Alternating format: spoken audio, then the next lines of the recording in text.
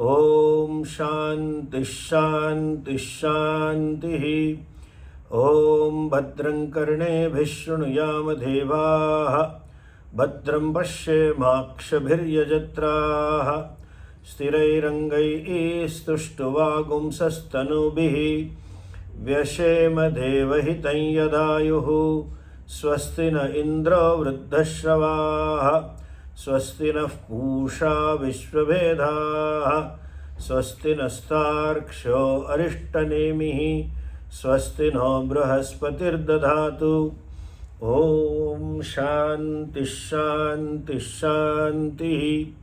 ओम नमो ब्रह्मादिभ्यो ब्रह्म विद्या संप्रदाय कर्तृभ्यो वंश ऋषिभ्यो महद्भ्यो नमो गुरुभ्यः।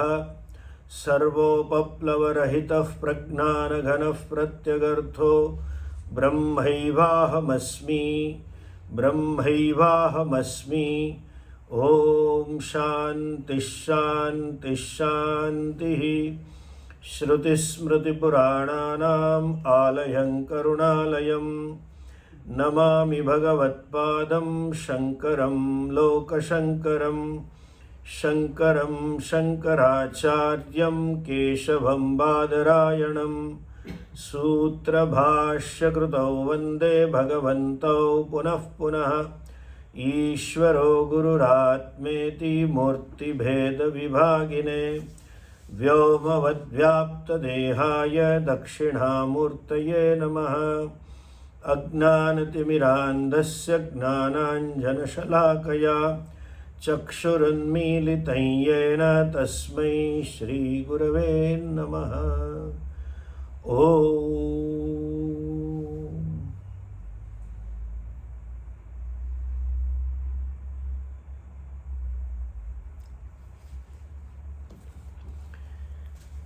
मंत्र नंबर 5।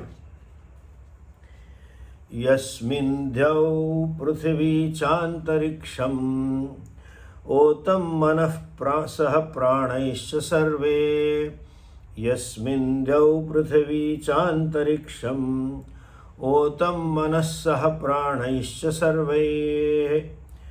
तमेवैकं जानथ आत्मानम् अन्यावाचो विमुञ्चथ अमृतस्यैष सेतुः। तमेवैकं जानथ आत्मानम् अन्यावाचो विमुञ्चथ अमृतस्यैष सेतुः। Last time we saw this mantra. A few things I need to emphasize and talk again. Shruti says, Tamekam tama eva ekam janatha atmanam. May you all know, ekam atmanam, that non-dual self, may you know that. And it says, Anya vacho vimunchatha. May you give up all other speech. That's a literal meaning. That's a vachyartha, direct meaning. And esha amrutasya setuhu. This is the setu for amrutasya, immortality. This is the bridge. What does it mean by anya vacho vimunchata? Give up all other speech.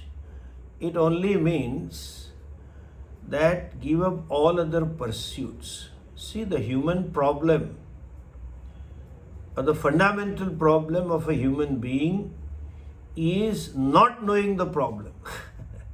And as they say, beating around the bush, to discern the problem, first of all. What is it that I want in life? It is not a thing or a person or a situation that I want in my life. Apparently it looks that all are pursuing something here and there. You want an object, you want a person, relationship, or want a given situation. That's okay. But then, at the end of this, what is it that I want? Is it that I want an object for the sake of object? Is it that I want money for the sake of money? Is it that I want relationship for the sake of relationship? Is it for the sake of a situation? I want this particular place, a house, a home, etc. That is not discerned. You see, the fundamental problem needs to be discerned. That's a viveka. That mokshecha should be developed. It is a purushartha, deliberate purushartha. Arthakama purushartha is a natural purushartha. Without any education, without any culture, one would pursue arthakama. Any living organism would pursue. That is common amongst the animals and human beings. One has to deliberately follow dharma. One has to put in efforts to commit oneself to dharma. The question comes, what is dharma, and is dharma an end itself? No. Dharma means kartavya. Dharma means duty. Dharma means what is to be done, what is proper, what is expected out of me. Or if I use Pujya Swamiji's words, what is my contributory actions? Rather than being a consumer, I become a contributor, and I may continue pursuing arthakama, but I pursue arthakama on the basis of dharma. Dharmad arthasya kamasya.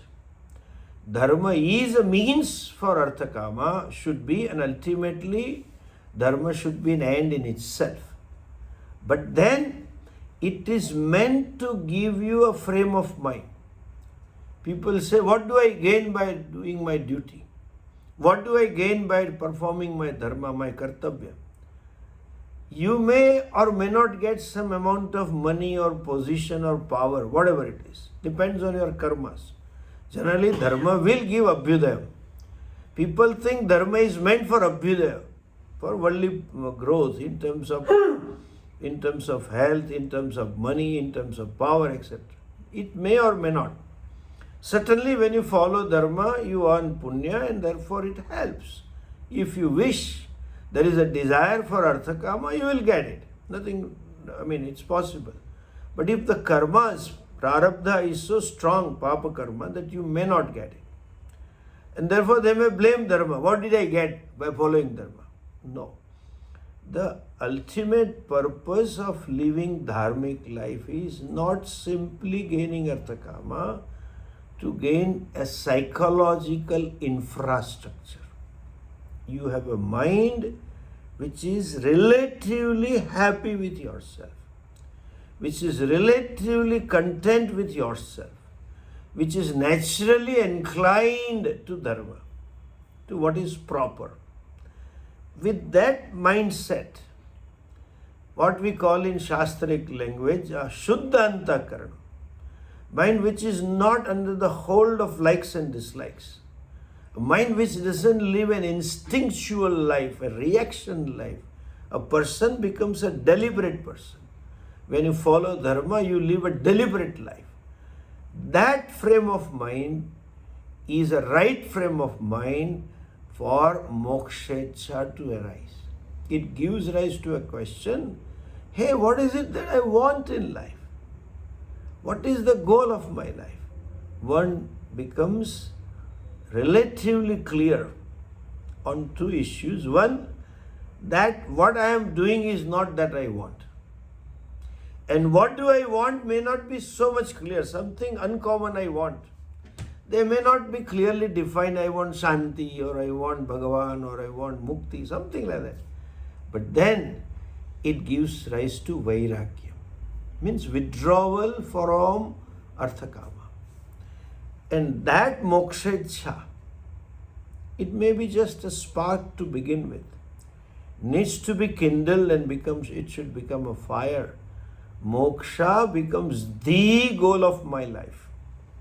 That is called Anya Vacha Vimunchata. I burn all my boats for moksha. Technically saying, person takes to the life of sannyasa. I just want to sannyasa. Sannyasa means at the exclusion of everything, I am pursuing moksha. I am not interested in anything, either pleasures or position or power here or hereafter. Therefore, in sannyasa diksha, there is a pratigna. Bhuhu tyaktam maya.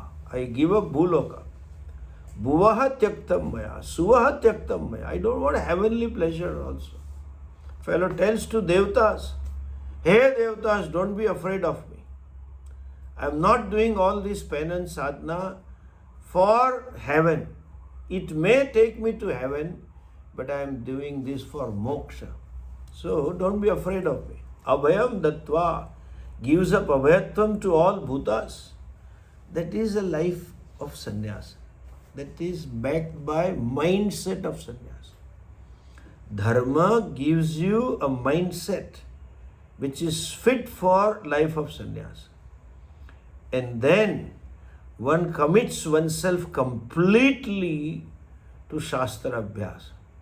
That is called Anya Vacha Vimunchatha. Anya Vacho Vimunchatha. Give up all other pursuits.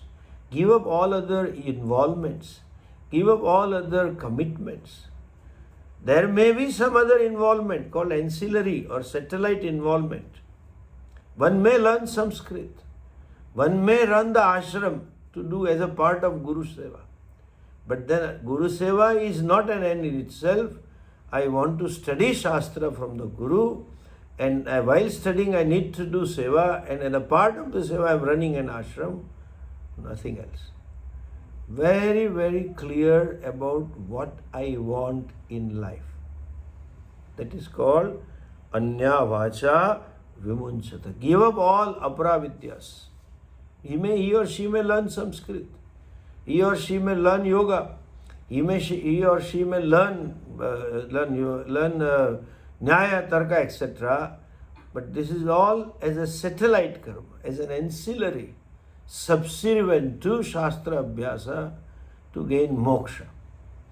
And then this Shruti says, Esha Amrutasya Setuhu. This is the Setu, bridge for immortality.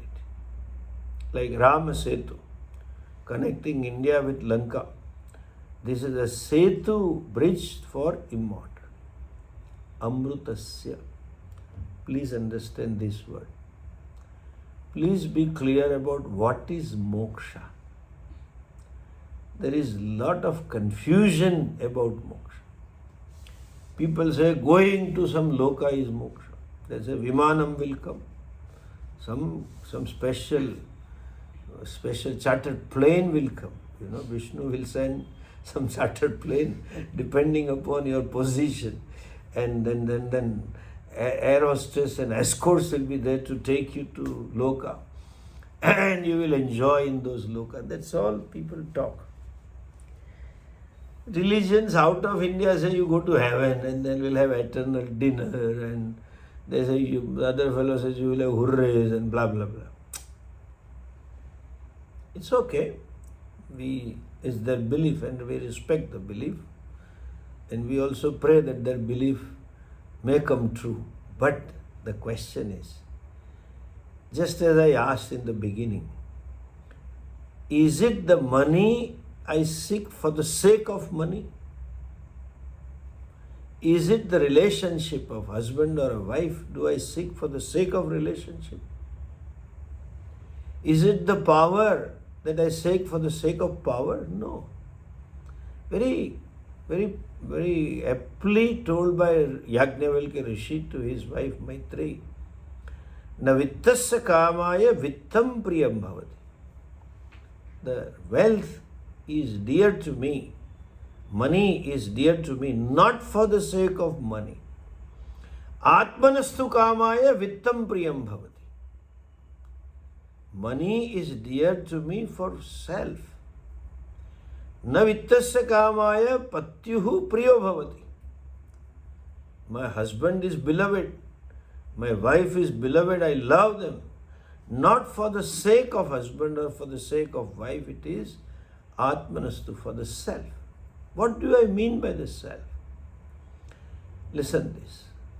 By gaining something or by giving up something, gaining some money or some objects, let's say iPad or iPhone or something, I note that's a new thing, or a new car or new house or new clothes, whatever, or gaining new relationship, developing a friend or having a spouse in the life, or gaining a place, etc. What is it that I want? It is after the gain, I want to see myself as a satisfied person, a self-content person, happy person. Like a child. Baby seeks a toy. But at the end of it, when the toy is given, baby wants itself to be happy, satisfied.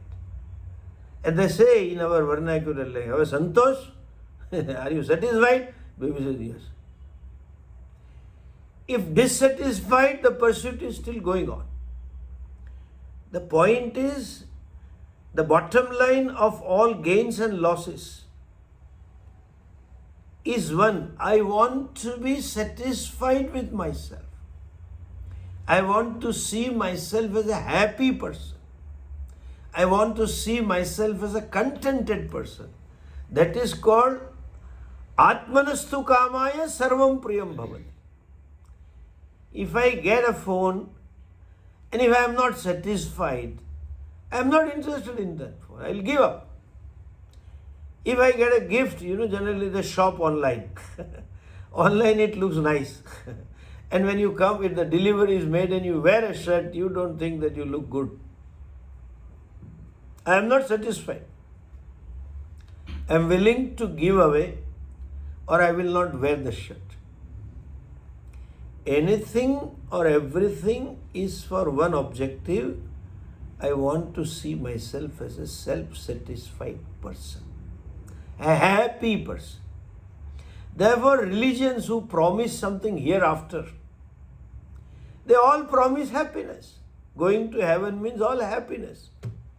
Nobody promises hell when there is unhappiness. They say there will not be an iota of unhappiness. You will have all the way, all happiness there.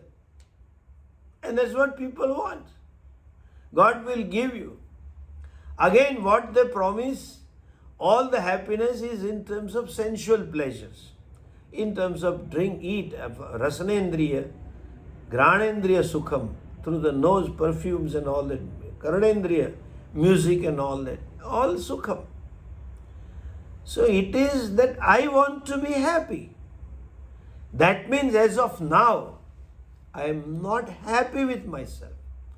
I am not satisfied with myself as I am. I am not content with myself as I am. That moksha being that, nanyah pantha vidyate aynaya or esha amrutasya setu. That is called immortality. Amrutatvam has two meaning, that happiness and immortality. Sukham is amrutam. And deathlessness is also amrutam. How can I get? Our Shastras are very clear. They say, you cannot get immortality. You cannot achieve. If there is something total happiness, if there is something called immortality, it should be ease, not to be gained. It is there. And that is you. You don't have to get something to be happy. By Swarupa you are Ananda. By Swarupa you are Ananta. Satyam Gnanam Anantam. So there cannot be many paths to moksha. People say there are so many paths to gain moksha. No. The problem is of self-ignorance, and the solution can be only self-knowledge. And knowledge can be gained by the means of knowledge, not by doing bhajan and bhakti and yoga and karma yoga. They say there are 4 paths, etc. This is non-thinking statement. And sometimes they try to prove with example. Like there is a temple on the mountain top and you can go from the east and come from the west and from south and north, any direction you can go. Some may choose Jnana Marga, some may choose Karma Marga, some may choose Yoga Marga, some may choose Bhakti Marga. They say this. That is partially, there is some legitimacy. You can reach temple, but to see Bhagavan, there is only one path. You have to enter the temple, Garbhagruha. When you see, there is no four directions you can see Bhagavan in a traditional temple. So the point is, knowledge alone cooks this goose of ahankara or ignorance. So there are no path. Therefore, nanyah pantha vidyate naya. That's Shastra Vakya. There are no other paths. You can do Loka Kalyanam, you can do Antakarana Shuddhi by many ways, by doing Gayatri Japa and Tapa and Upasana and Bhakti and etc. You can achieve money through many ways. But to gain moksha, to gain a self-satisfied self, there are no many ways. You are the one. And I being that, problem is of self-ignorance. And any kind of ignorance can go through the proper and adequate means of pramanam. And for this self-knowledge, to remove self-ignorance, one needs to remove that to gain self-knowledge. Shastra is a pramanam. Vedanto nama Upanishad pramanam. One has to study Shastra from a proper teacher. Therefore it says, Esha eva se. This alone is a bridge for moksha. Samsara sagara taranarthe. Other Shrutis also says, Tamevam viditva atimrityumeti. It crosses the death because you are deathless. Immortality is not to be gained. You are already immortal. That sense of being mortal is superimposed. Aham martyaha, aham janmavan. This is all ignorance caused confusions. Natvam martyaha, na jayate na mriyate. That is a fact about you. And that being a fact, you need to discover that fact. Nothing can help you. And more so, I can say this, our Shastras are very clear. Going anywhere is not going to solve the problem. Just as here, you keep on restructuring your life right from childhood. New possessions, new relations, new place, new power, everything you keep changing. And at the end of it, you expect, yes, after this changes, I'll be happy forever. It doesn't happen, They say they were married happily forever. They don't remain happy forever. And nowadays there is a question whether they remain married forever also. In one life, they don't survive for 10 years. You'd be shocked to know about 5-6 years ago we had a data that in India, look at this, our culture, our dharma. In our culture, there is no mention of divorce. कहीं लिखा नहीं है divorce. Ramayan में, महाभारत में, in literature, Kalidasa, भट्टी कवि, nowhere. एक बार शादी, once you marry, it's a commitment for life. That's over. Therefore, वो पंडित जी बोलते हैं वर कन्या सावधान, वर कन्या सावधान. That's a point of no return. Once you cross, that's over. That's how we lived. And that's how we looked at married life. This is a spouse and my prarabdha, I live with it. Therefore, in none of our vernacular languages, there is a synonym for divorce. कोई शब्द नहीं है, क्यों culture में ही नहीं है. जैसे wifi का कोई शब्द नहीं है हमारे पास, कल्चर में नहीं है. वाईफाई इज वाईफाई इन गुजराती, इन कन्नडिगा, इन तमिल, इन केरल, इन मलयालम, इन बंगाली और Punjabi, Haryanvi. Wifi is wifi. You don't have another synonym for Wi-Fi. So also for divorce there is no synonym. In that country, for millennia, we looked upon marriage as something auspicious.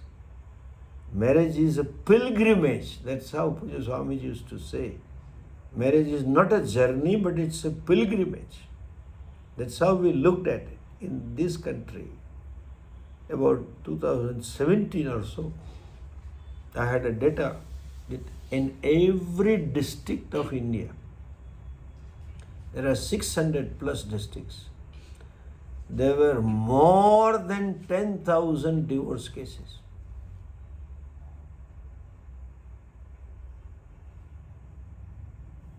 More than 10. That means then 6 million people, 6 million couple were divorcing. Today it must be 3 times more than that. And in that divorce, about 60 to 70% divorce applications were made by those couples who were married for less than 3 to 5 years.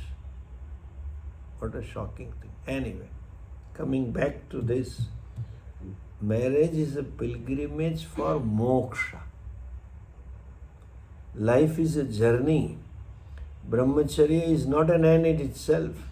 Marriage is not an end in itself. Vanaprastha is not an end in itself. Sannyasa is not an end. Sadhya nahi hai sannyasa. Sannyasa is meant for moksha. That is called anyavacha vimunchatha. You give up and there is no other marga for it. There is no other path available because the whole problem, the fundamental problem is of self-ignorance. And the solution is self-knowledge, nothing else. Therefore, Shruti says, Esha Amrutasya Setuhu. This is a bridge for immortality. Look at the next mantra. He says, mantra number 6. Ara ivaratana bhau samhata yatra.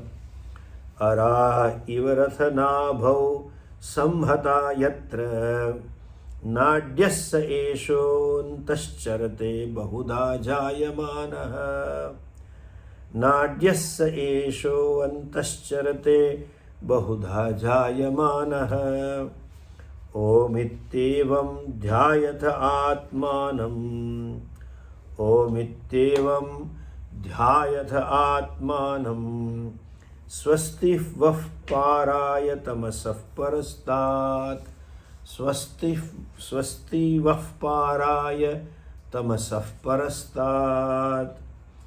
Ara ivarathana bhau samhata yatra nadyah sa esho antascharate bahudha jayamanaha. Ara ivarathana bhau samhata yatra nadyah sa esho antascharate bahudha jayamanaha. Om ittevam dhyayatha atmanam. Swasti vah paraya tamasah parastat. Om ittevam dhyayatha atmanam. Swasti vah paraya tamasah parastat.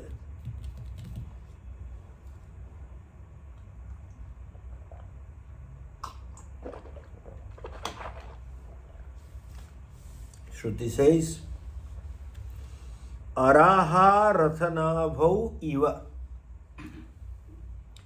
Araha means the spokes. Rathanabhi, axle or the hub of a wheel. Rathanabhau, in the hub. Just as all the spokes, samhataha, they remain separate on the wheel. But to the hub, they are clustered. They are closure. Just as all the spokes are very close, are clustered on the hub, tatha yeshaha atma, this atma, where yatra nadyaha bahudha, where all the nerves are clustered, tatra atma vartate. There is Atma. And then says, Antaha, within the mind, charate bahuda jayamana. It moves, bahuda, in various forms. And it is being born again and again in the heart. Om ityevam dhyayatha atmanam. May you meditate upon Omkara as Atma. May you meditate upon oneself with the help of Omkara. That's the right meaning. Om ityeva atmanam dhyayatha. Atmanam om ityevam dhyayatha. May you meditate upon self with the help of Omkara. Swastivah paraya tamasah parastat. Paraya, for gaining the ends, for gaining the moksha. Swastivaha, teacher says, may you all have auspiciousness. May you all have auspiciousness on the path. For what? Tamasah parastat. You know, for the tamasa, for crossing the ignorance. For crossing the ignorance, may there be auspicious ends for your going the other side of ignorance. You are crossing the ignorance, ocean of ignorance. You need a bridge. Let there be, may auspiciousness befall on you to cross the bridge of ignorance, to cross the ocean of ignorance. That's a blessings of a Rishi, or you can say prayer of a Rishi or Shruti. Please understand. Yatra nadyaha samhataha tadvat antaratma esha antaratma samhataha nadyaha. Tatra. Just as all the spokes are connected to, all the spokes are they're gathered together, they're clustered at the hub. So when all the nadis cluster, where? In the heart. Here the Shruti gives a place to meditate. Physical heart. The physical heart is referred as mind. Okay? Is a place. It's a figurative. For 2-3 reasons, which I'll tell you later. Look at this ear or this nose or this tongue, they are called golakaha. Though we call this shrotrendriya, though we call this is sense organ of hearing, sense organ of smelling, sense organ of tasting, sense organ of seeing, we call these eyes, we call these ears, we call this nose, we call this tongue. But then it is not eyes by itself. It is a place through or a sadhanam means for eyes to manifest. The shrotram, ear, is called shruyate anena iti shrotram. That by which, through which you hear. You don't hear through these ears, though we call these ears. Because people, those who are deaf, they do have ears. Thank God they have ears. Otherwise, how will they wear the glasses? You need a stand to hold the glasses. So they have ears. But that is called golakaha, the place where the location in our body, where the sense organ of hearing manifests. The very definition of shrotram is Shruyate anena iti shrotram. That by which you hear, through which you listen. So this is not through which we listen. Deaf also has, but the Granendriya is not functioning. Anyway, coming back to this, similarly, Sukshma Sharira is very subtle. Mind is subtle. The mind itself doesn't have a location, what we call mind. What we call antahkaranam. In our vernacular languages, we call manaha. But English, for a want of word, manaha is also called mind, buddhi also is called mind, antahkaranam is also called mind. In medical jargon, they rightly say, they never say, they say we operated brain. There was brain operation. He never says there was a mind operation because they don't know mind. They know only brain. One doctor told me very nicely, aptly,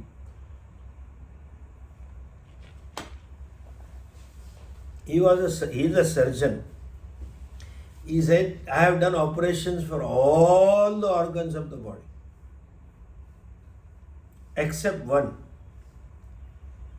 which is not there in the body but still it is there.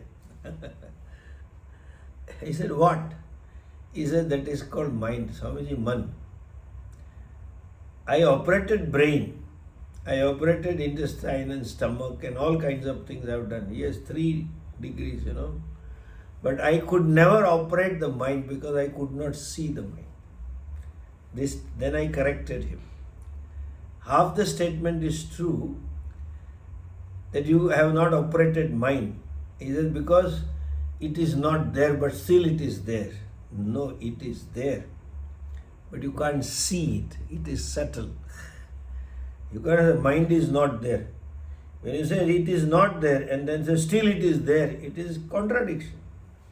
It is there in a subtle form. You can't see it. You need Shastra to know. He says, yes, therefore I have come to study Vedanta. He started attending classes because he wanted to know what is mind. Anyway, that is not there. Subtle, but still it gives a loke for upasana. Okay? Heart says that you meditate up in the heart as the self. That self, look at the self which was told in a previous mantra. What is that self? He says, Yasmin Dau Prithvi Antariksham Otam Sarvam. Everything is connected. Nadya, similarity is given. All the veins which they are connected to the heart. This is a peculiar organ. See, this heart is like Atmanirbhar Bharat. Narendra Modi's. It purifies the blood and provides blood to the entire body, and it gives blood to itself also. What is heart attack? The veins going to heart has some blockage, and you didn't get the blood for some time. So it sustains itself and sustains the whole body for a few moments because of the cholesterol or some issue. The heart is functioning, but the blood is not reaching to the heart, which it itself requires. And therefore it stops functioning, and therefore the person dies. It supports the entire body by providing pure blood, and it supports itself also. That's an organ. Atmanirbhar Bharat. We are Atmanirbhara. We survive by ourselves. You don't need this bioenergy from outside. Bhagavan, you have to plug in like a car, electric car, you have to plug in. No, it sustains. Just give food and it sustains by itself. Why heart is considered to be why should you look upon heart as Atma? There is a reason. Because of ignorance, the self is construed as Ahankara. I am Karta. So when somebody says, how does Ahankara manifest? Someone says, who did it? I did it. You automatically refer to your heart. Nobody says, I did it. Nobody says, I. Something to be seen, I did it. Something to be talked. He talked and convinced marketing guy, I did it. Nobody says like that. They say, I did it. That aham is indicated by that physical heart. Okay? So heart itself is a hub, figuratively, for all aham. Therefore he says you meditate on that aham in the heart. Why?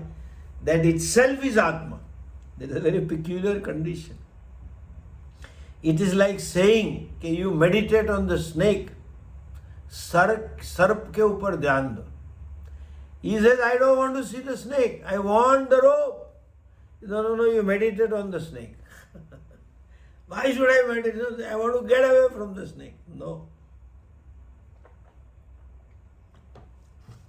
Because the very snake is superimposed on the rope. Adhyaropita. You have to look into the reality of Adhyaropa to discover the Adhisthana. You have to see the reality of superimposed thing to discover the substratum of the very superimposition. Therefore, he says you meditate on Ahankara, heart, Hridaya. Hridaya. Next mantra will make it more clear. And take the Alambanam of Omkara. It will say in the next mantra. So, that from all directions, the spokes are connected to hub. So also all the vessels, vein, brain, blood vessels, which they come in and go out, inward and outward vessels are connected to the heart. And that being the case, you meditate in the heart, where there is Ahankara resides as though. Ahankara manifests as though. Okay? It's an hub figuratively. You don't require a particular sthanam for all pervasive vastu. Atma being all pervasive, you don't require a sthanam. But for the sake of understanding, for the sake of upasana, you need a sthanam. You need a loke. Then only upasana is possible, not otherwise. Understand? We impute as though, or Omkara as though becomes carrier for manifestation of the self. Okay? Heart is an imaginary place for the mind, that is Ahankara. That's why it is said Hridaya Pundarikam. And there Ahankara manifests in many ways. Bahuda Jayamanaha. You know, that fellow is born in many ways. And there is Tamekam, that is Atma. You meditate. How does it become many? How does it born many times? That's what it is. This mind is constantly changing. When the mind changes, technically speaking, all vrittis are changing. And that Ahankara being identified vrittis, he also keeps changing. Adhuna kruddaha, adhuna rushtaha. Now angry, now hurt, now loving, now caring. That Ahankara becomes because of Tadharma. That is called Bahuda Jayamana. Many ways it is born. Kruddaha, Rishtaha, Muditaha, all the way. Whatever emotions comes, you identify and you become that. Therefore he says, Jaya Tatraiva Drashtavyam. You have to analyze that. Bahuda Jayamanaha Antasharati. Even the waking, dream and sleep states. It doesn't belong to me. But then the he becomes waker, consciousness becomes dreamer, the same Atma becomes sleeper. It is Bahuda Chintamana, Isha Atma. He says, Omityevam Jayatha Atmanam Swastivaha Paraya Tamasaf Parastat. Okay. Omityevam Dayat. Understand that Brahman to be the Lakshyam of Omkara. You meditate upon Omkara to understand the self. Look upon Omkara as manifestation of self. How do you say so? That is where you have to learn. That is where you have to study Shastra. How Omkara is a Lakshyartha for self. And meditate upon Omkara. Exactly like, please understand, we create Bhagavad Buddhi as though.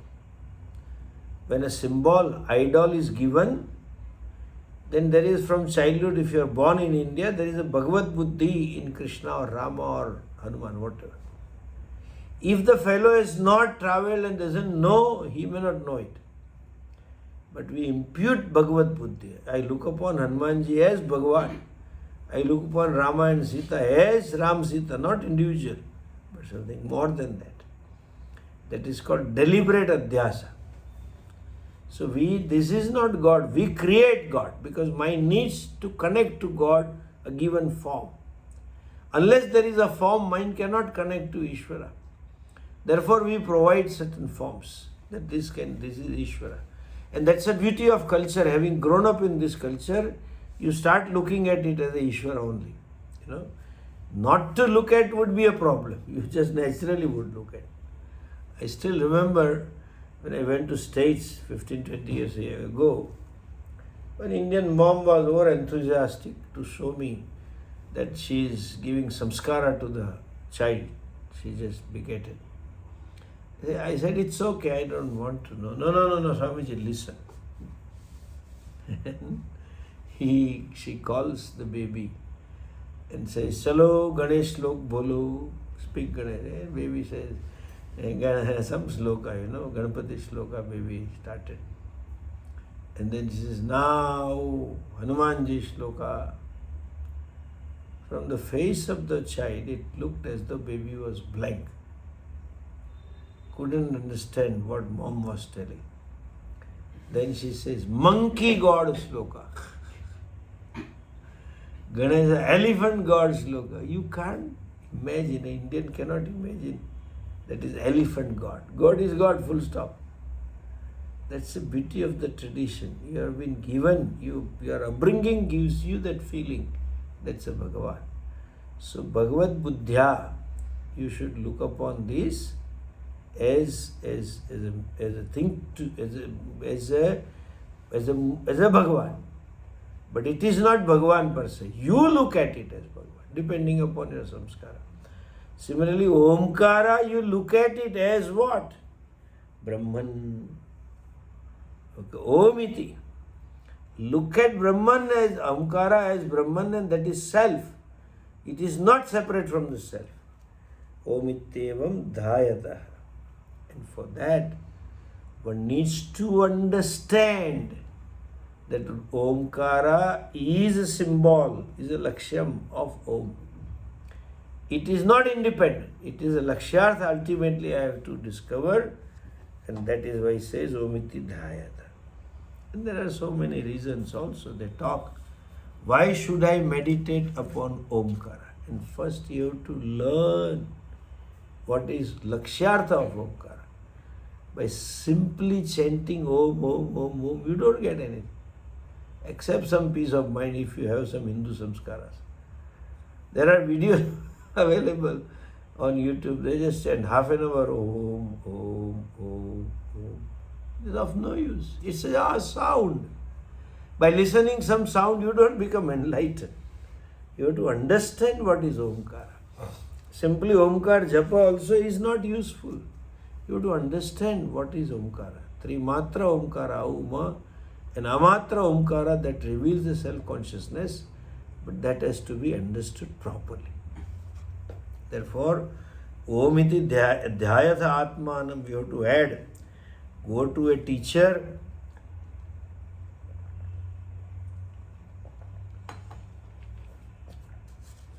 study from a Shastra, understand that Omkara is a symbol for Saguna Brahman, and same Amatra Omkara is symbol for Nirguna Brahman, and then meditate. Otherwise it won't make any sense. And teacher says, Yeshava Pastu, may this happen. What? Swasti Astu. Tamasah Paraya. May you cross the darkness of ignorance with auspiciousness. May you have all the way auspiciousness in your life. Means there not be so obstacles in your life. As they say, Bahuvignani Shreyamsi. In good work there are so many vignas. There are so many obstacles. But here may not be any obstacles. There may not be, I bless you. And then particular swasti, path and the end also is auspicious. May you get get that auspicious end, which is you. Okay? That's a prayer or a blessings from a teacher, and continues further. We'll see in next class. Om Purnamadah Purnamidam Purnat Purnamudachyate Purnasya Purnamadhaya Purnamevavashishyate. Om Shanti Shanti Shanti. Hari Om. Shri Gurubhyo Namaha. Hari Om.